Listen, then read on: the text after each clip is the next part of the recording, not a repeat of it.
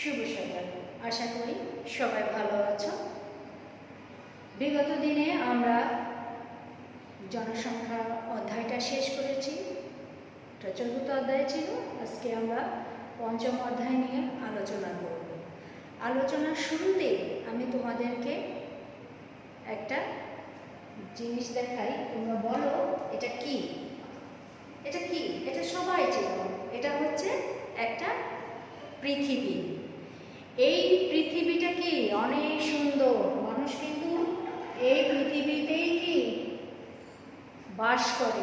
সমস্ত পৃথিবী জুড়ে রয়েছে মানুষ। সাথে আরও কি কি আছে বলো তো? নানা প্রজাতির কি জীবজন্তুর, গাছপালা এবং সামুদ্রিক প্রাণী। এসবের মাঝে কিন্তু মানুষ তার শ্রেষ্ঠত্ব অর্জন করেছে। আদিমকালে জীবজন্তুর আক্রমণ এবং প্রাকৃতিক দুর্যোগ সহ নানা বিপদের সামনে মানুষ ছিল কি অসহায়। এই অসহায়তা দূর করার জন্য এবং কি মানুষের অস্তিত্ব রক্ষার জন্য আর জীবনযাপনের চাহিদা পূরণের জন্য তারা কি করে? একে অন্যের সহযোগিতা প্রয়োজন অনুভব করে। আর এর থেকেই কিন্তু আস্তে আস্তে সমাজের সৃষ্টি হয়। তাহলে আজকে আমরা পঞ্চম অধ্যায় পড়ব, বাংলাদেশের সমাজ। এই অধ্যায়ের আলোচনার পর আমরা যা শিখতে পারবো সেটা হচ্ছে সমাজের ধারণা ব্যাখ্যা করতে পারবে, সমাজ জীবনের প্রাকৃতিক ও ভৌগোলিক পরিবেশের প্রভাব বর্ণনা করতে পারবে, সমাজ বিকাশের বিভিন্ন স্তর যেমন শিক্ষা ও খাদ্য সংগ্রহ ভিত্তিক উদ্যান, কৃষি ও পশুপালন অবস্থা সম্পর্কে বলতে পারবে। তাহলে শিক্ষার্থীরা তোমরা একটু বইটা নাও, বইয়ের 40 পেজটা হলো। আমরা একটু সমাজের ধারণা নিই। মানুষ কখনো কি একা বাস করতে পারে না। নিরাপদে ও শান্তিতে বেঁচে থাকার জন্য সবাই মিলেমিশে দলবদ্ধভাবে বসবাস করে। একসঙ্গে মিলেমিশে বসবাস করার ফলে মানুষের আত্মীয়তা ও বন্ধুত্বের সম্পর্ক গড়ে ওঠে সাহায্য, সহযোগিতা, সহানুভূতি ও পারস্পরিক নির্ভরতার মতো কি বিভিন্ন সম্পর্ক। এই সবই হচ্ছে কি সামাজিক সম্পর্ক। মিলেমিশে থাকা একতাবদ্ধ মানব গোষ্ঠীকে কি বলা হয়? সমাজ। সমাজের মধ্যে ছোট ছোট প্রতিষ্ঠান ও সংঘ থাকে, যেমন পরিবার, গোত্র, ক্লাব, সমিতি ইত্যাদি। শুধু মানুষ নয়, পশু পাখি এবং কীট পতঙ্গের মাঝেও কিন্তু আমরা দলবদ্ধ জীবনধারাকে লক্ষ্য করি। যেমন হাতির দল কিন্তু একসাথে সারি বেঁধে চলে। কাক যখন বিপদে পড়ে তখন কিন্তু দেখবা ঝাঁকে ঝাঁকে কাক কিন্তু তাকে সাহায্য করার জন্য এগিয়ে আসে। তেমনি মৌমাছি, পিঁপড়া সবার ক্ষেত্রেই কিন্তু আমরা এই একতা দেখতে পাই। আমরা কোনো না কোনো পরিবারে কি করি? বাস করি। মা বাবা, ভাই বোন, চাচা চাচি, দাদা দাদি সহ সমস্ত ব্যক্তিবর্গ সমন্বয়ে কি আমাদের পরিবার গড়ে ওঠে। সমাজের গঠনের প্রথম ধাপ হচ্ছে কিন্তু পরিবার।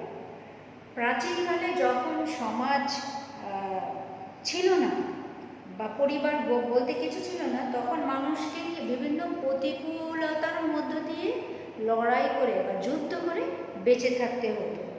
তাই খাদ্য সংগ্রহ, হিংস্র প্রাণীর আক্রমণ থেকে বাঁচার জন্য মানুষ দলবদ্ধভাবে কি বসবাস করার প্রয়োজনীয়তা অনুভব করে। এভাবে মানুষ সমাজ গড়ে তোলে। পরিবার, গোত্র, সম্প্রদায়, জাতিগোষ্ঠী ছড়িয়ে পড়েছে কি মানুষ। পরিবার থেকে গোত্র, সম্প্রদায়, জাতিতে ছড়িয়ে পড়েছে কি মানুষ। এভাবে ক্ষুদ্র থেকে বৃহৎ সমাজের উদ্ভব হয়েছে। সাধারণভাবে সমাজের 2টি বৈশিষ্ট্য বিদ্যমান থাকে। মানে কি এই সমাজ গঠনের পেছনে কিন্তু মূলত 2টা ধাপ থাকে। একটা হলো বহু লোকের সংঘবদ্ধ বসবাস করা, আর দ্বিতীয়টি হচ্ছে এই সংঘবদ্ধতার পেছনে যে কোনো উদ্দেশ্য থাকে। মানে আমরা যেমন সমাজে বা রাষ্ট্রে যেভাবে বাস করছি, এগুলো তো আগে ছিল না, প্রাচীনকালে ছিল না। যে যার মতন ঘুরে বেড়াতো, খাবার সংগ্রহ করতো, তাদের কোনো পরিবার গঠনের ওরকম কোনো মন মানসিকতাই ছিল। কিন্তু যখন ধীরে ধীরে মানুষ প্রয়োজন মনে করে যে আমার অন্যের সহযোগিতা প্রয়োজন, বা হিংস্র প্রাণীর আক্রমণ থেকে বাঁচার জন্য প্রয়োজন, বা নিজের চাহিদা পূরণ করার জন্য প্রয়োজন, তখন একে একে মানুষ কি দলবদ্ধ হতে শুরু করে। তাহলে সমাজ গঠনের পেছনে কিন্তু অবশ্যই কিন্তু কারণ কিছু না কিছু থেকেই থাকে। এই সমাজ জীবন কিন্তু আবার প্রাকৃতিক ও ভৌগোলিক পরিবেশেরও কিন্তু অনেক প্রভাব পড়ে। যেমন মানুষের জীবনে প্রাকৃতিক ও ভৌগোলিক পরিবেশ দ্বারা প্রভাবিত। জীবন ধারণের জন্য মানুষ যেমন পরিবেশের উপর প্রভাব বিস্তার করে, আবার অনেক ক্ষেত্রে পরিবেশই তাকে কি নিয়ন্ত্রণ করে। এই জন্য মানব সমাজের প্রাকৃতিক আচার আচরণ ও সংস্কৃতির উপর পরিবেশের প্রভাব স্পষ্ট। নদী মানুষের জীবনযাত্রাকে সহজ করে দেয়। কেমন করে? পৃথিবীর প্রধান সভ্যতাগুলো ছিল কি নদী ভিত্তিক, যেমন সিন্ধু সভ্যতা, মিশরীয় সভ্যতা, মেসোপটেমীয় সভ্যতা, নীল নদের অববাহিকা যে সভ্যতা গড়ে উঠেছে, টাইগ্রিস ও ইউফ্রেটিস, নদী তীরে যেসব সভ্যতা গড়ে উঠেছে, এগুলো সবই কি নদী কেন্দ্রিক। বাংলাদেশের প্রাচীন সভ্যতা গঙ্গা ও অববাহিকায় বিকাশ লাভ করেছে। আবার কোনো কোনো অঞ্চল প্রাকৃতিক সম্পদের উপর সেই অঞ্চলের জনগোষ্ঠীর পেশার উপরে নির্ভর করে। যেমন খনি অঞ্চলে খনি শ্রমিক, শিল্প এলাকায় শিল্প শ্রমিক বাস করে। যেহেতু খনি এলাকায় কি খনিজ সম্পদ উত্তোলন করতে গেলে কি অনেক মানুষের প্রয়োজন হয়, তখন কিন্তু কি করে মানুষ দূর দূরান্ত থেকে প্রতিদিন যাওয়া আসা কিন্তু সম্ভব নয়, বা পরিবার থেকে দূরে থাকাও কিন্তু সবার পক্ষে সম্ভব নয়। তখন ওই এলাকাগুলোতে মানুষ কি বসবাস শুরু করে। আর যখনই বসবাস শুরু করে তখনই ওই এলাকায় প্রয়োজনের তাগিদে বিভিন্ন প্রতিষ্ঠান, হাট, বাজার, যাবতীয় যা কিছু প্রয়োজন তা কিন্তু আস্তে আস্তে গড়ে ওঠে। সেটা নদীর তীরেই হোক, বা কি খনি অঞ্চলে হোক, বা যে কোনো শিল্প এলাকায় হোক, একই, সবার ক্ষেত্রে একই। নদীমাতৃক দেশ বলে বাংলাদেশের বেশিরভাগ অঞ্চলে যানবাহন হচ্ছে কি নৌকা, লঞ্চ, স্টিমার। আবার কোনো কোনো এলাকায় যানবাহন রেলগাড়ি, বাস, রিক্সা ও গরুর গাড়ি ইত্যাদি। কুটির শিল্প বিকাশে ও ভৌগোলিক পরিবেশের প্রভাব রয়েছে। নদীবহুল এবং অনুকূল আবহাওয়ার কারণেও ঢাকার ডেমরায় তাঁতিরা বাস করে, এবং এখানে বিখ্যাত ঢাকাই শাড়ি বোনা হয়।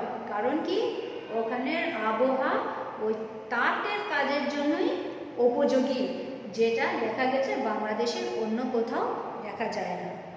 রাজশাহীতে রেশমি শাড়ি তৈরির জন্য বস্ত্রশিল্প গড়ে উঠেছে, কারণ ওই অঞ্চলে তুঁত গাছ জন্মে এবং তুঁত গাছে রেশম কীট বাসা বাঁধে।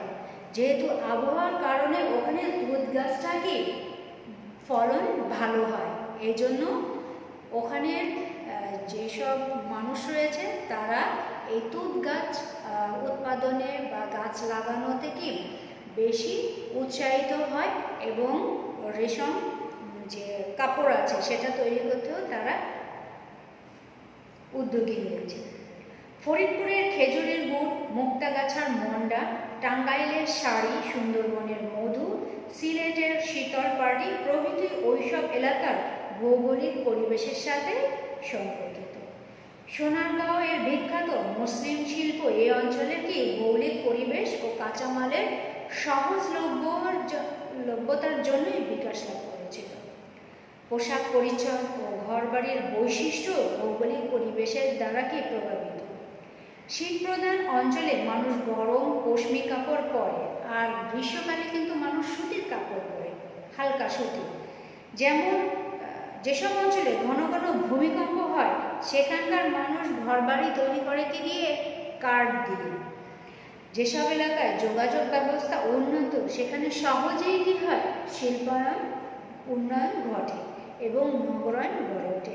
কারণ শিল্প এলাকায় শিল্প প্রতিষ্ঠান গড়ে উঠলে সেখানে অবশ্যই ধীরে ধীরে জনবসতি গড়ে উঠবে। আর যখনই জনবসতি গড়ে উঠবে তখন বিভিন্ন প্রয়োজনের তাগিদে আস্তে আস্তে মানুষ কি তাদের প্রয়োজনের তাগিদে সব কিছু তোমার ব্যবস্থা করবে তারা, এবং আস্তে আস্তে কি একটা নগরের সৃষ্টি হবে যেখানে প্রয়োজনীয় সব কিছুই পাওয়া যাবে। নৌ যোগাযোগ ভালো বলে নারায়ণগঞ্জ ও চট্টগ্রামে অনেক আগে থেকেই শিল্প প্রতিষ্ঠান গড়ে ওঠে। কারণ নৌ ব্যবস্থার জন্য যাতায়াত পথে দূর দূরান্তে কি সহজেই যাওয়া যায়, মাল আনা নেওয়া করা যায়, এই জন্যই কি নৌ এলাকাগুলো শিল্প প্রতিষ্ঠান বেশি গড়ে ওঠে, শিল্প এলাকা বলে বেশি প্রাধান্য পেয়ে থাকে। এরপরে আমরা যাব 42 পেজে। এই সমাজ বিকাশের বিভিন্ন স্তর আছে, বিভিন্ন ধাপে ধাপে এসে কিন্তু মানুষ এই সমাজ গঠনের প্রয়োজনীয়তা অনুভব করে প্রাচীনকাল থেকে। আমরা সেই ধাপগুলো সম্পর্কে কিছু জানি। প্রথমে আছে কি শিকার ও খাদ্য সংগ্রহ ভিত্তিক সমাজ। শিকার ও খাদ্য ভিত্তিক সমাজ হচ্ছে মানব সমাজের কি আদি রূপ। এখানে তখন মানুষের কোনো স্থায়ী ঘর বাড়ি ছিল না, তারা যাযাবরের মতো ঘুরে বেড়াতো, তারা বিভিন্ন পশু শিকার করত, যেদিন শিকার করত তারা সেদিনই খেতে পারত, আর যেদিন শিকার না করত তারা সেদিন কি উপোস থাকত। তারা এই শিকারের জন্য বিভিন্ন ধরনের কি সরঞ্জাম ব্যবহার করত। আমাদের বইটা দেখো 42 পেজে, এখানে চিত্রে দেওয়া আছে কিছু তারা যে পশু শিকার করার কাজে যেসব হাতিয়ারগুলো ব্যবহার করত সেই হাতিয়ারের চিত্র। এগুলোকে এই হাতিয়ারগুলোর মধ্যে উল্লেখযোগ্য হচ্ছে খাঁচ কাটা বল্লম, মাছ ধরার কর্পণ এবং হাড়ের সুই। শীত ও রোদ বৃষ্টি থেকে রক্ষা পাওয়ার জন্য মানুষ কি গাছের ছাল, লতা পাতা, পশুর চামড়া ব্যবহার করত। এই সমাজে মানুষ কোনো শক্তিশালী সংগঠন বা প্রতিষ্ঠান কিন্তু তারা গড়ে তুলতে পারেনি। আর ফলমূল, পশু পাখি, মৎস্য শিকারী ছিল কি আদিম সমাজের কি প্রধান কাজ। এই সময় গোষ্ঠীর শক্তিশালী লোকটিকে সবাই দলপতি হিসেবে মানত। উদ্যান ভিত্তিক সমাজে দেখো, এই সমাজে খাদ্য সংগ্রহকারী মানুষ হিসেবে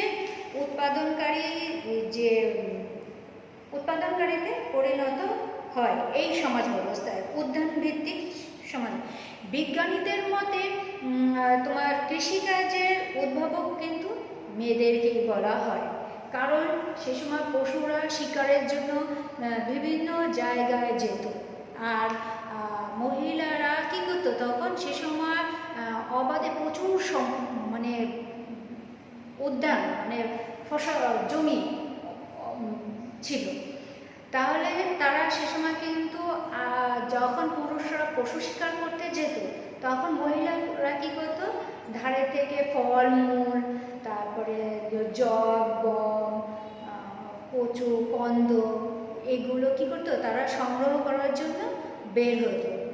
আর যখন তারা খেতে বসতো ফলমূল খাবার পর যে দানা বা বীজটা থাকে সেটা কী করতো তাদের ওই পার্শ্ববর্তী জমিতে তারা ফেলে রাখতো। কিছুদিন পর দেখা যেত সেই বীজ বা কি বলে দানা থেকে যখন চারা গজাতো, চারা গজিয়ে পরে সেটা বড় হয়ে শীষ বেরোতো, তখন তারা বুঝতে শিখলো যে কি চাষ মানে কিছু চাষ ফলমূল লাগিয়ে পরবর্তীতে সেটা তারা খেতে পারবে। এই চাষের ধারণা তারা তখন থেকেই পায়। এক্ষেত্রে মেয়েদেরকে বসবাসের জন্য আশেপাশে যেসব পতিত জমি ছিল তারা সেখানে কী করতো লাঠি বা পশুর শিং দিয়ে মাটি গর্ত করে বীজ ফেলে ফসল বা ফলমূল উৎপাদন করত। তবে তারা প্রয়োজনের তুলনায় বেশি কিন্তু উৎপাদন করত না। এরপরে আমরা যাই, এখানে তো কৃষিকাজের সম্পর্কে তারা ধারণা করল। এরপরে পশুপালন সমাজে যখন মানে সমাজ বিকাশের ধারায় পশুপালন শুরু হলে তারা আরও এক ধাপ এগিয়ে যায়। সমাজে মানুষ খাদ্য সংগ্রহ পাশাপাশি তখন তারা কি পশুপালন করে জীবিকা নির্বাহ করত। শিকারী মানুষ প্রথমে কুকুরকে পোষ মানিয়ে গৃহপালিত পশুদের পরিণত করে। কুকুর ছিল বিশ্বস্ত প্রহরী ও শিকারী সঙ্গী। অনেক সময় বুনো ষাঁড়, ছাগল, ভেড়া, গোড়াগাছ প্রভৃতি মানুষের হাতে ধরা পড়ত। সেগুলোকে তারা ধরে এনে বেঁধে রাখত। এগুলো ছিল তাদেরকে জীবন্ত খাদ্য ভাণ্ডার। শিকার না যেদিন তারা শিকার পেত না তখন সেগুলোকে তারা মেরে খেত। কিন্তু মানুষ ক্রমেই বুঝতে পারে এগুলোকে যদি তারা রেখে দেয়, গরু, ছাগল, হাঁস, মুরগি এগুলো যদি তারা রেখে দেয় এগুলো তাদের জন্য কি লাভজনক কেমন, মানে এর থেকে দুধ পাওয়া যাবে, ডিম পাওয়া যাবে, তারপরে প্রতি বছর বছর বাচ্চা দেবে। তাহলে এই জন্য তারা আস্তে আস্তে কি পোষ মানাতে শুরু করে। আর এই পশুপালনের যুগেই তোমার দ্রব্য বিনিময়ের যে প্রথাটা সেটা শুরু হয়। আর এই প্রতিদিন যে দুধ, বছর বছর বাচ্চা পাওয়া যাবে, সাথে কি চামড়া, পশমও কিন্তু বিভিন্ন কাজে তারা ব্যবহার করতে পারত। কারণ যখন যে পশুটা তারা মেরে খেত তার কিন্তু চামড়া, পশম তারা তাদের বস্ত্র হিসেবে বা গরম কাপড় হিসেবে ব্যবহার করতে পারত। এভাবে সমাজে গৃহপালিত পশুর সংখ্যা অনেক বেড়ে যায় এবং মানুষের কি সম্পদে পরিণত হয়। আর এই সমাজে মুদ্রার প্রচলন হয়নি, তবে যে দ্রব্যমূল্যের প্রচলনের উদ্ভব ঘটে। এক পশুর সঙ্গে অন্য পশু কিংবা অন্য কিছু বদল হতো। তবে আদিম সমাজের মতো মানুষও যাযাবর জীবনযাপন করত। তাহলে শিক্ষার্থী বন্ধুরা, যতটুকু আলোচনা হয়েছে আমার মনে হয় ততটুকুই তোমরা মোটামুটি ভালো ধারণা পেয়েছ। যেহেতু সপ্তাহে আমাদের ক্লাস একটা থাকে, তোমরা একটু ভালো করে বাসায় বসে আরেকটু রিডিং করবা এবং আমি একটু বাসার কাজ দিয়ে দিচ্ছি, তোমরা সেটা সম্পন্ন করবা।